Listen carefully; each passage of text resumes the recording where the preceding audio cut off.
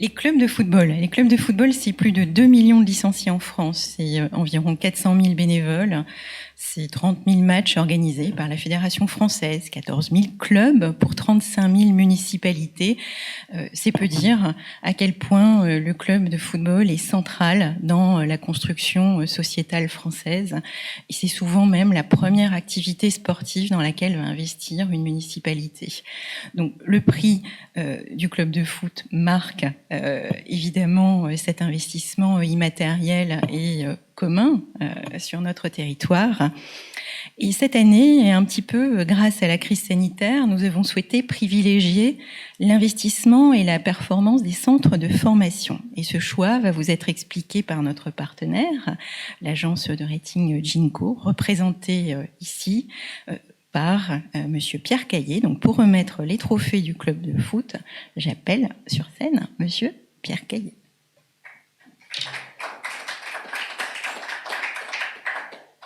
Merci, bonjour à toutes et tous.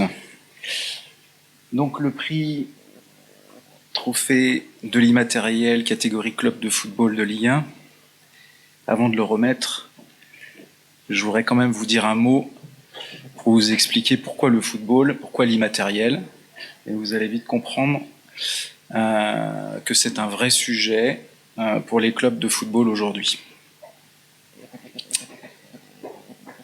L'actif le plus important pour un club de football, c'est son effectif sportif. Et cet effectif sportif, on a calculé en moyenne pour les clubs de Ligue 1, il est à 72,2% hors bilan. 72,2% de la valeur de l'effectif d'un club de football est hors bilan. Cette part qui est immatérielle, elle représente pour la plupart des clubs de Ligue 1, plus de 50% des clubs de Ligue 1, elle représente plus que la valeur globale de l'actif des clubs. Donc c'est pour vous montrer que cette part immatérielle représente l'essentiel de la valeur des clubs de football de Ligue 1 aujourd'hui en France. Alors, quand on a dit ça, la question se pose d'où vient cette valeur immatérielle. Dans le monde du football, c'est un peu particulier. Quand un club achète un joueur, le montant du contrat est immobilisé sur la durée du contrat. Et c'est pour ça qu'on a, dans l'actif des clubs, un capital joueur sous la forme d'un contrat immobilisé. Et ça représente 30% de la valeur de l'effectif. Pour le reste, eh bien, cette valeur est principalement issue d'une création de valeur endogène, c'est-à-dire des centres de formation. Or, en France, il est bien connu qu'on a su cultiver une excellence dans la formation des footballeurs. Et c'est pour ça qu'il y a un gap énorme, en fait, entre la juste valeur de l'effectif de nos clubs français et la réalité comptable.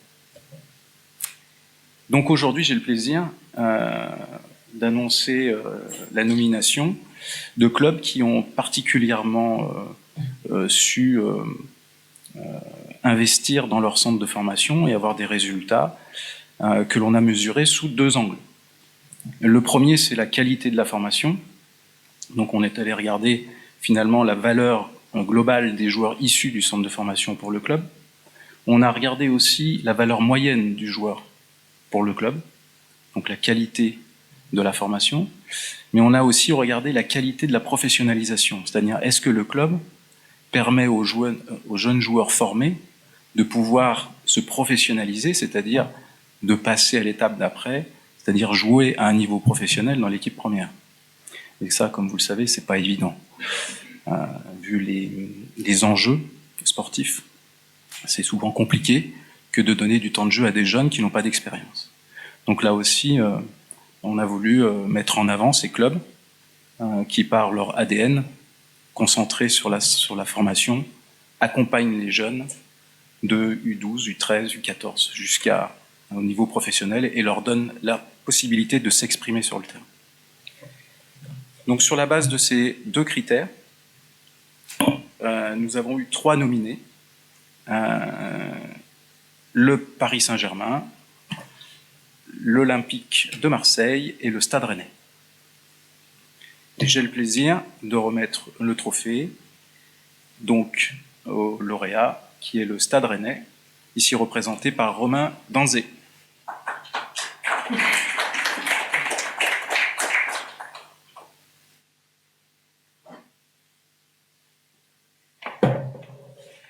Romain, le trophée, le prix, et puis si vous pouvez nous expliquer en quelques mots ce qui fait la qualité du centre de formation du Stade de Rennes. Merci Pierre, merci à tous. Je voudrais remercier le président de l'Observatoire, madame la présidente du jury, tous les membres du jury, Pierre, cabinet Ginko, pour ce prix donc, qui met en valeur tout le travail de formation des jeunes joueurs au sein du Stade Rennais. C'est une stratégie de formation mise en place depuis plus de 30 ans chez nous au Stade Rennais. Voilà, on dit que chez nous la formation est rentrée dans notre ADN du club. Et c'est pas que des mots. Pour l'anecdote, monsieur François-Henri Pinault, qui est propriétaire du club, disait récemment que la formation au Stade Rennais, c'était pas une option, c'était une obligation. Donc ça vous montre un peu le projet et l'importance qu'a la formation chez nous dans un club de foot qui joue en Ligue 1 et qui essaye de briller sur la scène européenne depuis plusieurs années. Pour me présenter, moi je suis Romain Danzé. J'ai intégré le Stade Rennais Football Club en 2001, j'avais 15 ans. Donc j'ai profité de tout ce cursus de formation que le Stade Rennais propose à des jeunes joueurs, jusqu'à signer un contrat de professionnel en 2006. Et j'ai joué pendant 13 ans au plus haut niveau français, pour arrêter en 2019. Et j'ai eu la chance ensuite que le club me propose une reconversion au sein du club. Voilà, autant que aujourd'hui en tant qu'ambassadeur et responsable des relations publiques au sein du club. Donc ça fait plus de 21 ans maintenant que je suis dans cette entreprise, dans cette belle structure. Et j'en suis très heureux. Qu'est-ce qui fait la particularité de la formation au Stade Rennais ? Il y a pas mal de clubs français qui travaillent bien dans la formation. La formation française est très reconnue en Europe. Énormément de grands joueurs français ont été formés en France. On a une responsabilité quand vous accueillez des jeunes garçons de 15 ans dans un club, que vous allez les chercher dans leurs environnements. Vous avez une grosse responsabilité vis-à-vis de leurs parents, vis-à-vis de leurs proches.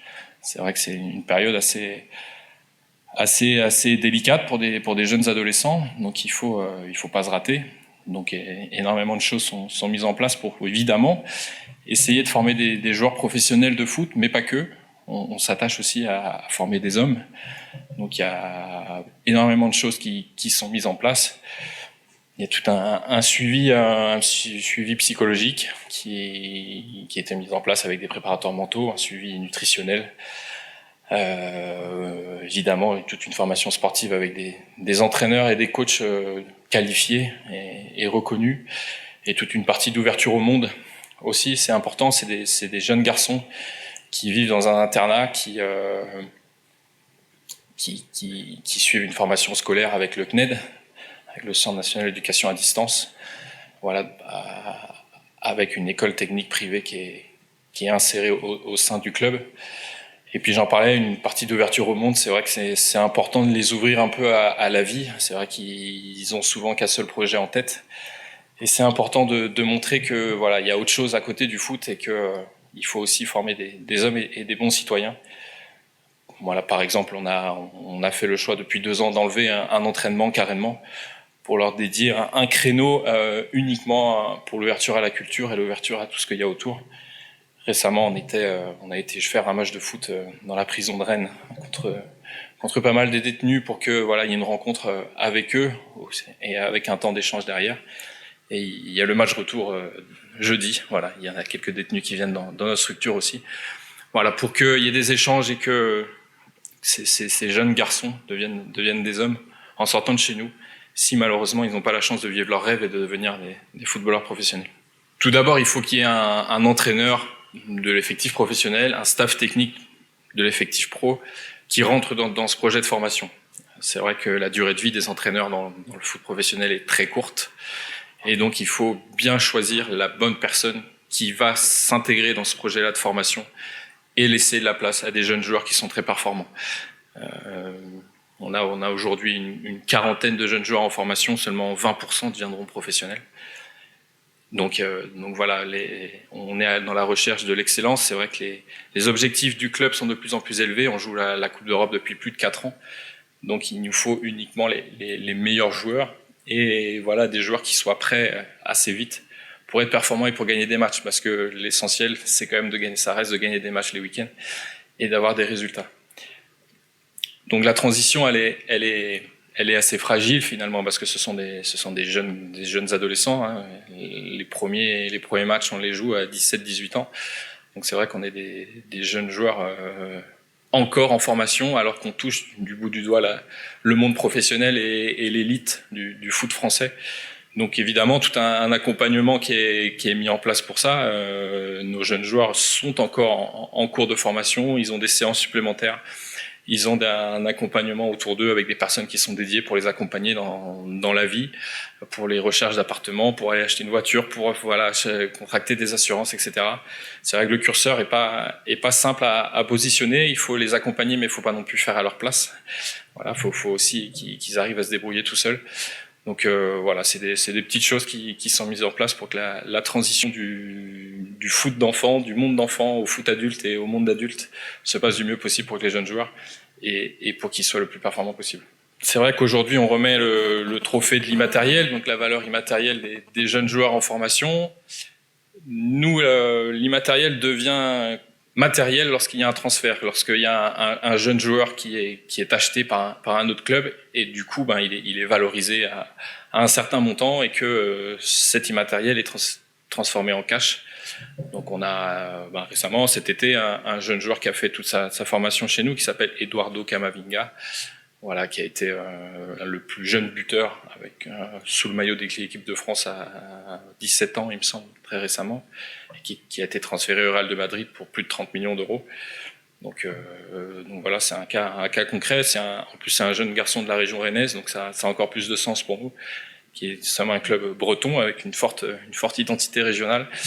Donc c'était un beau symbole de le voir sous le maillot, de le voir aujourd'hui sous le maillot d'un des plus grands clubs du monde. Merci à vous. Merci.